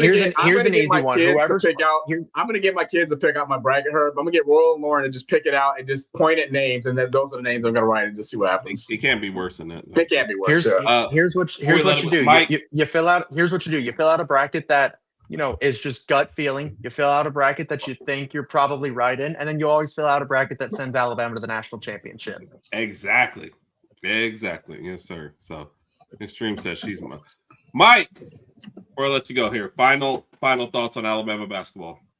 It's been a good season. Like Wyatt said, we're in a good place to where 5-10 years ago we're not even talking about the NCAA tournament, exactly, much less going to the Elite Eight. Now, if you're disappointed by not going to the Elite Eight, I'll take that. I hate the fact that that's kind of the ceiling that we're looking at right now, but I was a fan 10 years ago when we had Avery Johnson, and this was not even a conversation. Yes. Yes. And Mark Godfrey, the clapper. Yeah, exactly. I try to forget about Mark Godfrey more than any of them. He got the most talent I've ever seen and the least amount of results from that talent. So go ahead, Mike. Go finish. I'm excited about the tournament coming up. I think we're in a good place, and just ready to see this team where they can go. Yep. Appreciate you, Mike. I didn't give Mike enough to where he can not make it home. So, Mike. Yes, Mike's definitely good. Thank you, Mike. Appreciate it. The reason why you haven't seen any last, permutations, for with the SEC tournament, Texas and Oklahoma are in overtime right now. So I guess that probably has the last little bit. I was wondering about that. Okay. Yeah, that probably has. And Kat says, be careful, Mike. Mike is really good at telling me no on the last shot that I try to give him. So we are going to make sure he gets home. So, all right, we've got, 2 questions for you, Wyatt, to let you go. We always call these the questions of death. Okay. In the Saban era, we do Saban era players just because a lot of the fan base these days are younger and they'll know these players. Okay. Thank you. You're in a national championship. Hey, Extreme Chick also says drive safe, Mike. So Mike's only like 10 minutes from here, folks. So he will be fine. And he did say no to a lot of drinks because Good. I wouldn't be driving home right now. All right, national championship game, Wyatt. Your team, the other team just scored. Alabama gets the ball. We're on our 25. Okay. Under 2 minutes left. One timeout left. We got to drive. We have to have a touchdown to win this game. Okay. I need a quarterback. Okay. A running back. 2 wide receivers. And then a flex player. That flex player could be the tight end, wide receiver, running back, whatever you choose. We need a touchdown. Need a touchdown. How much time I got? You have under 2 minutes. So 1:59. You do not have the 2-minute warning that they have now. You didn't have back in the day. You have 1 timeout. You got 2 minutes. Timeout. You have to have a touchdown. So it's either a touchdown or you lose. Like, we're not kicking the field goal. Quarterback has to be Blake Barnett. Come on. Oh, I was gonna go Cooper Bateman, man. He was so good in that game against Ole Miss in 2015. No, I'm gonna go Bryce Young. The amount of times Bryce Young was put in similar situations where it's you got to drive down the field. You got 5 minutes. We need a touchdown, and then we got to pray that Pete Golding can figure it out on the defensive side of the ball. Yes. I'm gonna go. Do you think Young. Bryce in those situations just turned off, like just said, "Okay, Bob, I got this. Like, stop calling plays. I got this." No, literally. Like it felt like several times that Bryce Young was the one calling plays in that huddle there. Like that's what it felt like. Running back, I'm gonna go Josh Jacobs because he's somebody that is able to run between the tackles very effectively. Right. He can get outside and make guys miss, but he's also a pass catcher. No disrespect to like Derrick Henry, Trent Richardson. They didn't catch a ton of passes. No, I agree. They didn't catch a ton of passes, so that gives you another kind of outlet to dump a pass off and get somebody out of bounds there. So I'm gonna go Josh Jacobs. He was really good at that. I agree. That's why I usually put Najee Harris. Yep. Najee's another good one. I think Jacobs was better. I think Jacobs was a little bit better runner, but Najee was obviously the better receiver, in my opinion. I agree. I'm with you. So I got Bryce and Josh Jacobs. I need 2 receivers and a flex. Yes. 2 receivers. I mean, you got to go Smitty, right? You can't not have Devontae Smith on this list. The only Heisman-winning wide receiver at the University of Alabama. So we're going to go Devontae Smith there. And that other receiver spot's tough. So many good guys, man. I'm going to go Amari Cooper. He's dealt with a lot of those situations there. Every time I think of Amari Cooper, I think of the touchdown in the 2012 SEC championship there. Yeah. For sure. I got Smitty and Coop there. And I need a flex.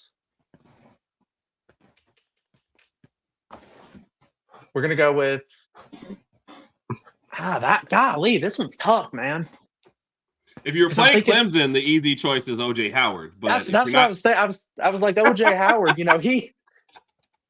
he national champion MVP in 2020 or 2015 there. Did it again in 2016. A lot of people forget, but he had a big catch and run against LSU a couple of seasons earlier too, to set Alabama up late in that game.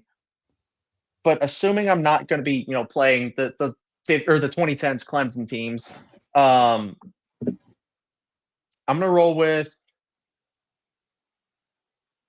Golly, this is tough. I'm going to make people mad. Got a lot of good stuff. That's what I'm saying, dude. I'm going to make people mad. I'm not going to pick Julio. I'm going to pick somebody that was also really, really good at making guys miss. And every time I watched this dude run, I felt my ACLs tearing. Jerry Jeudy. Ooh, okay. Yeah. Jerry, he loved the stick move. I'm going to stick my leg here. Every single time that man ran, my knees hurt every time I just watched him make a move. And then he had the ridiculous play against LSU where he made 11 defenders miss 15 times. I'm going to go Jerry Jeudy on that one. Yep. I like that. So I got Smitty, I got Coop, I got Jeudy, I got Bryce as the quarterback, and I got Josh Jacobs at running back. Yeah. It's one of those questions you can't go too wrong, but love the answer. Let's get your comments for it, and we'll give you one more question, and we'll get out of here, guys, tonight. Bryce, can you? So We did another iteration of this one where we start from the 3-yard line, but it's always Derrick Henry. Henry, yes. We stopped doing from the 1-yard line because it was always Derrick Henry. We tried to move it back to like the 3 and the 5. Yeah, if you're the 3, 2, 1, yeah, it's always going to be. You're definitely taking Henry, yeah. That's why we moved back. So, yeah. So, and yeah, Iron Bowl, he didn't have – I think whenever we watch that, you have to remember J-Mo left in the first quarter. So your best receiver is not on that drive. Yep, correct. So that was great. So, and absolutely, Kyle. So, what to say? King Henry stiff. Yeah. The King Henry stiff arms are just, that's embarrassing. Dog, he made a grown man look ridiculous. Shaq Barrett was like considered one of the best edge rushers in college football, and Derrick Henry just like flipped that dude upside down. Yes. Bro, and seeing him in his NFL career play out the way it has, and him being a future NFL Hall of Famer, I absolutely love it, man. Staying healthy all this year, it kind of reminds me of LeBron. LeBron and his longevity. Who? LeBron and his. Are you talking about the best player on the Lakers, Luka, or the second best another question player? For Wyatt. Herb has another question for Wyatt. So let's go. Okay. Oh, okay. Never heard of this LeBron stuff. Okay. Tyler Buckner, national championship. I love Mike texting from right there, by the way. But dog. If you guys ever want to know, I'm just upset. We had I've seen this question. I've watched HerbnRodg from day one. Yes. They've asked this question to everyone. And everybody picks all these other quarterbacks, but nobody picks national champion lacrosse player Tyler Buckner. You know why? Because he dropped that extra point, and that's all we remember from him now.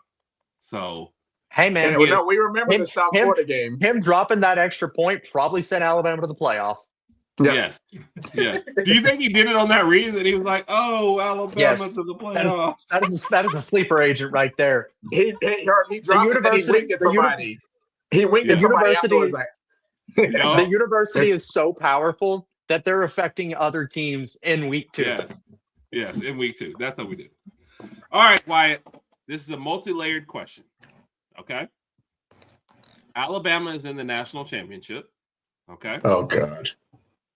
Who are they playing first? And I'm sorry, to set the scene, you are going to this game, fully credentialed media person. You're doing the whole media docket, everything. Okay. First off, who are they playing? Who are they playing? Was that? Oh, okay. No. That's the first. That's the first question here. Okay, who are they playing? Well, Clemson.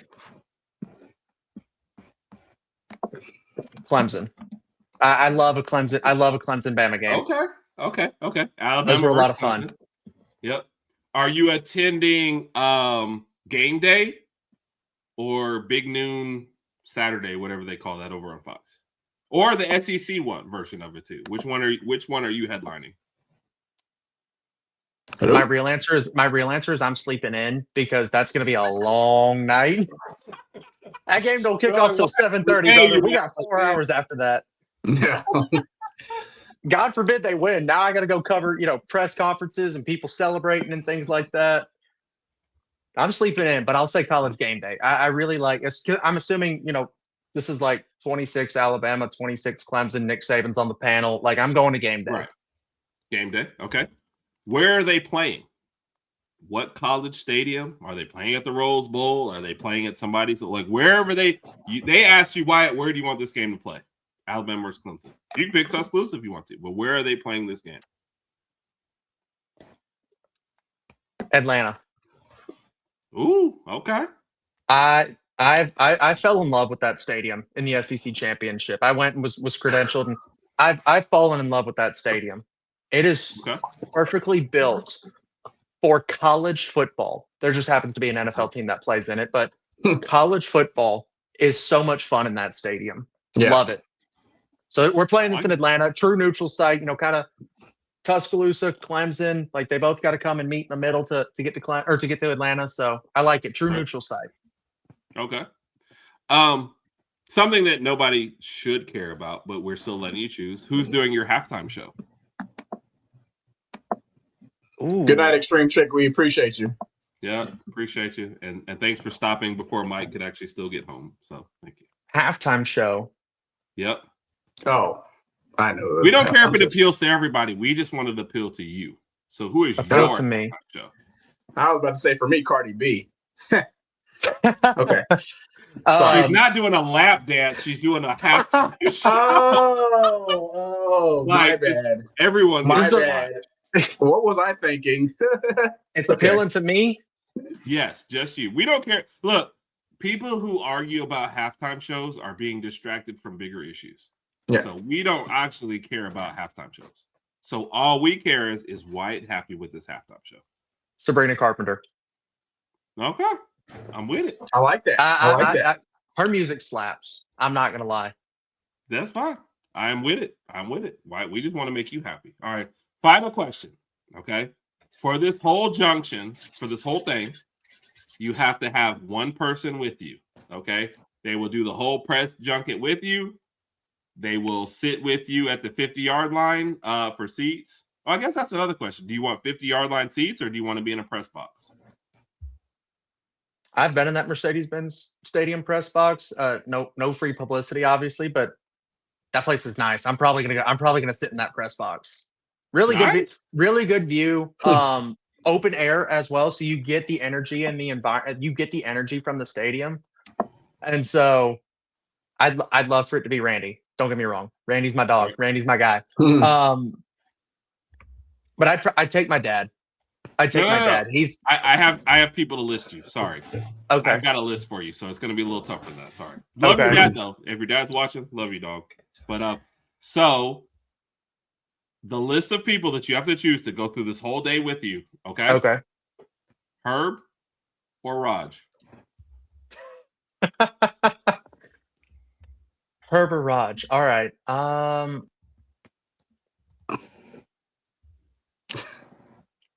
No pressure though. No pressure at all. Have you bought that my camera froze yet? No. Nice try. I'm just gonna sit here like this until y'all think my camera froze. We got a lot of patience and a lot of Jody. Alcohol, so. Oh my goodness! Why is Jody in the building? Jody, Breezy. And this is why Randy said, because he knew where we. Yeah, Randy was trying to help you out there. He was trying to help you out there.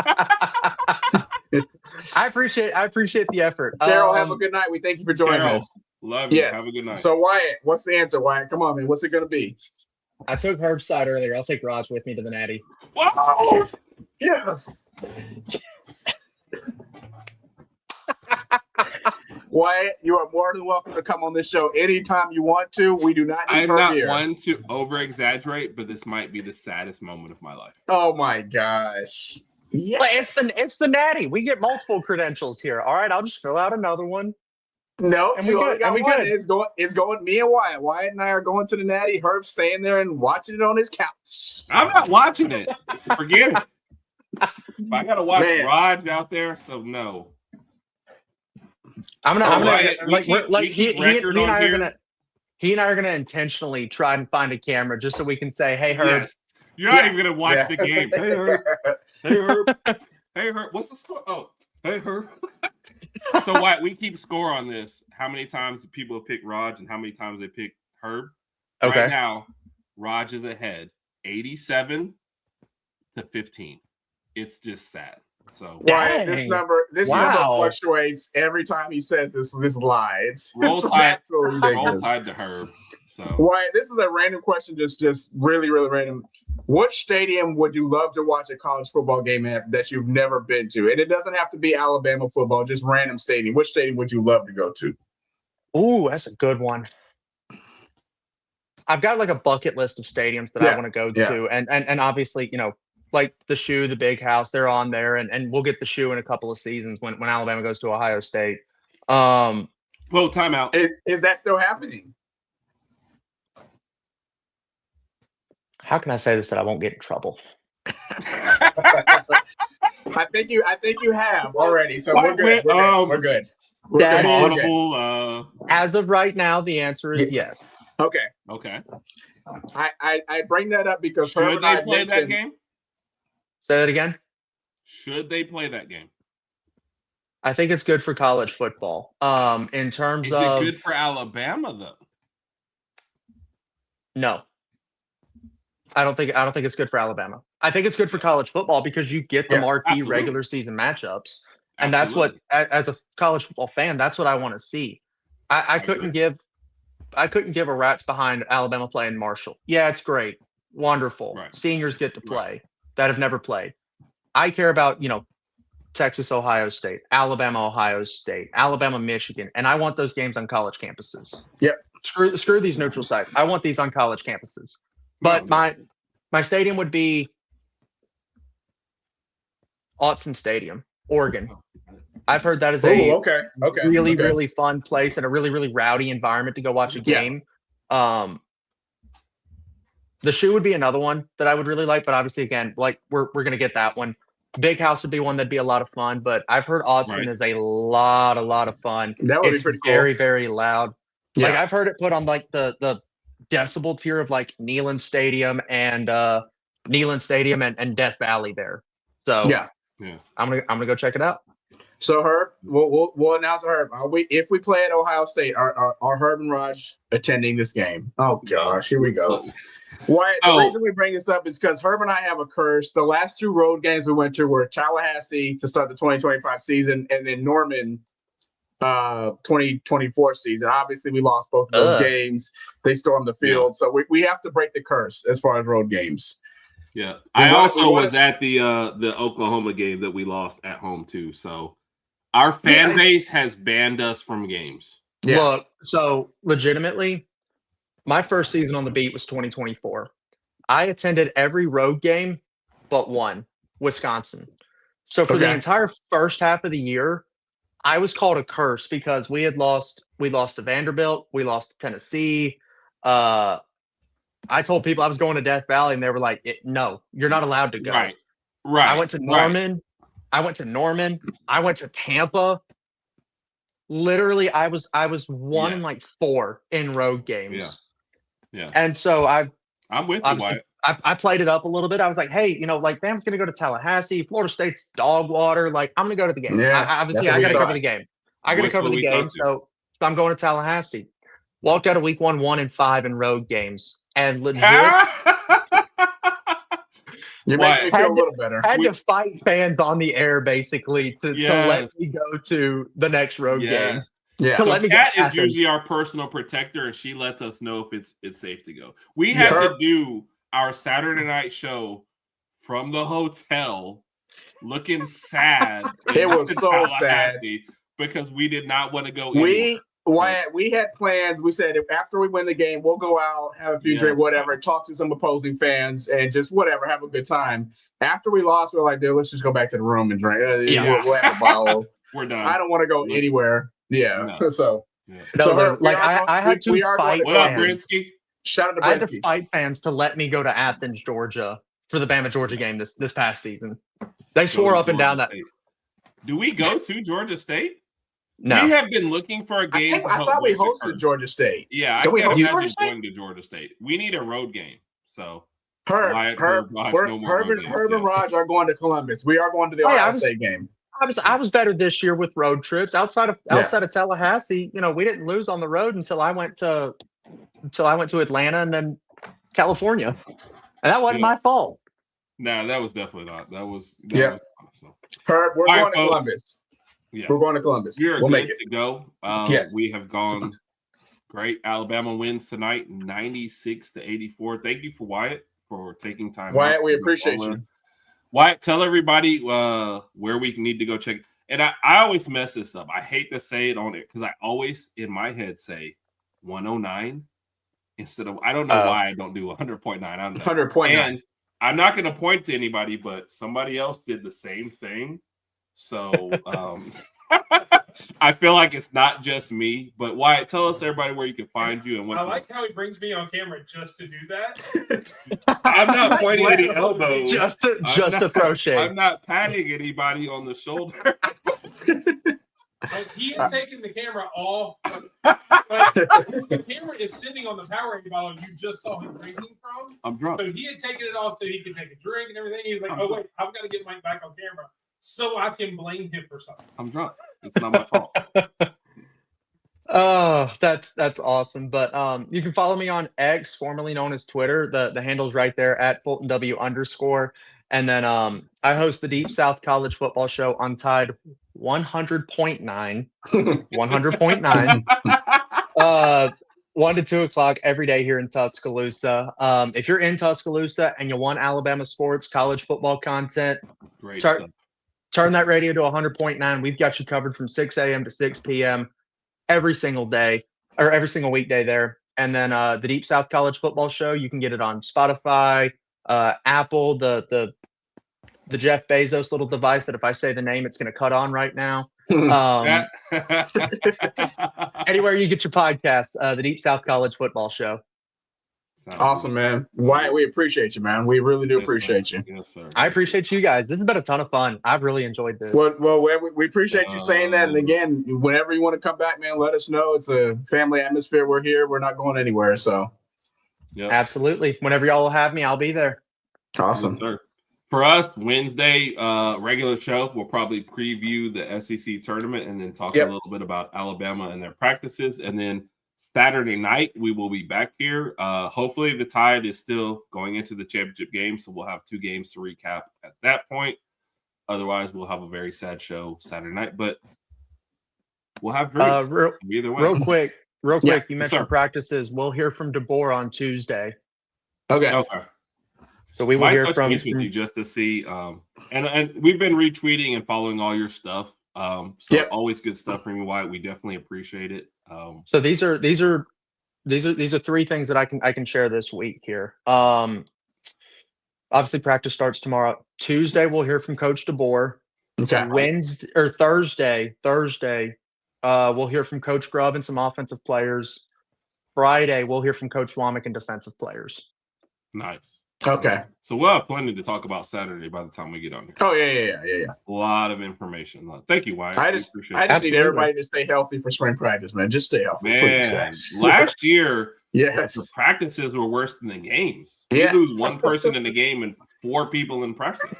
So they were playing dodge brick is what it felt like, dude. It's like yes. That Wednesday availability report came out. It was like, all right, Kevin Riley, broken jaw, broken jaw. Like, yes. Yeah. And you're like, how does that happen? Did you guys spar in practice? Yeah. It's like Kevin Riley, broken jaw. Jeremiah Beeman, torn ACL. Caden Jones had an elbow injury. It's like, what are y'all doing? Yes, Randy. Football pretty much is back, and we're going to get things ramped up. Yeah, go ahead, Herb. No, I was going to say, and then we'd ask Womack for a quote. He'd be like, if you can dodge a wrench, you can dodge a ball. I'm like, what? How did that happen? Like, no. That's what it feels like, man. And if you don't know what movie that quote comes from, then I don't know what's going on with you. Come on. Most important thing that you guys need to remember, though, from tonight. Mike is awesome. Mike is awesome. Shout out to Big Mike. So we appreciate you, Big Mike. We love Mike. Wyatt, we love Mike. I think I broke something. Thank everybody for joining us. Appreciate Wyatt, y'all. We appreciate you, sir, for sure. Much love, everybody. Roll Tide. Roll Tide. Roll Tide. Roll Tide.